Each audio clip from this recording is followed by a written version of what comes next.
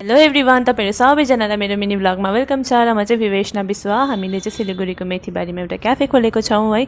आज चाहिँ बिहानै आएर क्याफे खोल्दाखेरि क्याफेमा पानी भइरहेको रहेछ हो। अन्त यो पानी चाहिँ कहाँबाट आयो भन्दाखेरि बेलुका चाहिँ हत्ता हत्ता गरेर भाँडा मोलेर गएको थियौँ है। अन्त सिङ्कको पानी चाहिँ सबै लिकेज भएर बाहिरसम्म आएको रहेछ हो। धन्नले सोफाहरूतिर चाहिँ लागेन रहेछ।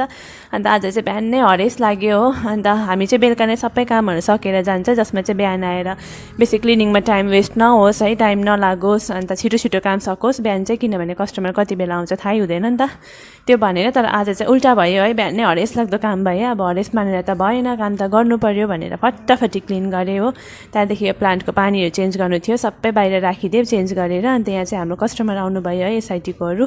अन्त उहाँहरूको एक दुईवटा अर्डरहरू थियो, त्यो अर्डरहरू दिइसकेर चाहिँ यो सुन्तला चाहिँ आमाले अस्ति ल्याइदिनु भएको है। अन्त आज चाहिँ खाने टाइम पायो। अनि इभिनिङ टाइम भयो है। इभिनिङमा चाहिँ हाम्रो भाइको साथीहरू आउनु भएको थियो। उनीहरू चाहिँ यहाँ मेथीबारीमै ट्युसन पढ्दो रहेछ नि त। अन्त हिमांशुको साथीहरू हो उनीहरू चाहिँ है। अन्त उसले चाहिँ मेरो दिदीको क्याफे छ भनेको रहेछ। अन्त भाइहरू बहिनीहरू आउनु भएको थियो। अन्त स्न्याक्सहरू के अर्डर गर्नु भएको थियो। अन्त यो कोक चाहिँ हाम्रो तर्फबाट भनेर चाहिँ उनीहरूलाई अफर गरेँ हामीले है। अन्त नानीहरू चाहिँ यस्तै हुन्छ नि त, कहाँ डिस्काउन्ट दिन्छ, कहाँ अफर दिन्छ, त्यहाँ चाहिँ जानु मजा लाग्छ है। अन्त त्यो खाएर चाहिँ उनीहरू पनि गयो। अन्त हाम्रो चाहिँ सेलरोटी अर्डर आएको थियो। यो चाहिँ प्री अर्डर थियो सेलरोटी है। प्री अर्डर छ भने चाहिँ हामी अरू दिन पनि दिन्छौँ हो। सन्डे त हाम्रो सेलरोटी स्पेसल हो नै हो। अरू दिन पनि प्री अर्डर छ भने चाहिँ हामी दिन्छौँ, किनभने प्रिपरेसनमा अलिकति टाइम लाग्छ। त्यही भएर मैले चाहिँ प्री अर्डर मात्रै लिऊँ भनेर सोचेको नि त अरू दिन चाहिँ। त्यहाँदेखि सबै काम सकेर चाहिँ अब म क्लोजिङ गर्नु, अकाउन्ट क्लोज गर्नु बसेँ है। अकाउन्ट गर्दै चिया खाँदै नै अकाउन्ट गर्दै थिएँ। अनि दिदी र म अब त्यही गफ गर्दै, उसले चाहिँ डिनर बनाउँदैछ हो। दिनभरि के भयो कसो भयो। अन्त दिदीले चाहिँ आज हाँसउठ्दो कुरा भयो नि त। चटपटे चाहिँ हाम्रो पुरा अर्डर राख्थ्यो नि त आज चाहिँ।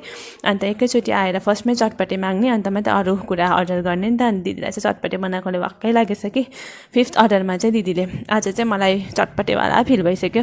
हात पनि रातै काँक्रै गनाउने भइसक्यो। कोपी र काँक्रा मिक्स भएर, प्याज मिक्स भएर हात कस्तो खराब गनाउँछ होइन, त्यस्तो भएछ नि त। त्यहाँदेखिको त्यसो भने कि उहाँ चाहिँ पुरा हाँस उठ्यो कि। त्यहाँदेखि तिनीहरू कस्टमर गइसकेर चाहिँ मैले के भयो अरे भनेर सोधेको थिएँ नि त। यति बेला चाहिँ हामी त्यही गफ गर्दै हाँस्दै थियौँ। 9 बजिसकेको थियो। अहिले चाहिँ म चिया पिउँदै नै अकाउन्ट गर्दैछु। दिदी चाहिँ डिनर बनाउनु हुँदैछ हो। म चाहिँ चिया चाहिँ मेरो अल टाइम फेभरेट हो। जति बेला पनि खाइदिइहाल्छु हो। कस्टमरले अर्डर गरेपछि अलिकति बेसी बनायो, खाइदिइहाल्यो, त्यस्तो भएको छ है। र थ्याङ्क यू सो मच तपाईँहरू सबै।